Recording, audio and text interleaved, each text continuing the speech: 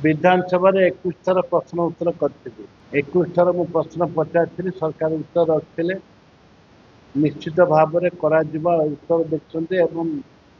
जो लाइव प्रश्न उत्तर होता से आपण समस्त देखते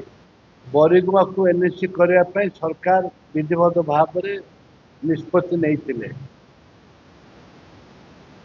वर्तमान सरकार ने 5 थर प्रश्न कर सरकार विधिवत भाव में करने आग्रह प्रकाश करते एवं सर्वदलीय बरिगुमावासी तरफ जो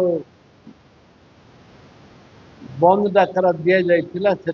स्वागत कर आज भी स्वागत कर आवश्यकता थिला एवं गला सोमवार दिन मु निजे माननीय मुख्यमंत्री की देखा करिछि एवं बरिगुमा 16 मिनिमम सर्वनिम्न 16,000 भोटर अच्छा बरिगुमा गोटे पंचायत 10,000 भोटर आवश्यकता रही गोटे पंचायत म्युनिसिपालिटी एनएससी करने जेहेतु 16,000 भोटर अच्छा सबू क्राइटेरिया छक रही चारिकोणिया छक रही क्राइटेरिया भितर आसूची बरिगुमा दुर्भाग्य ए सरकार प्रथम दफार डिक्लेयर कले नहीं एथिपाई मु सरकार को दायी करिछि आसंता दिन में दायी करी कहीं आमर जो अधिकार रही बरिगुमावासी से अधिकार को कहीं छिन्न करा जाए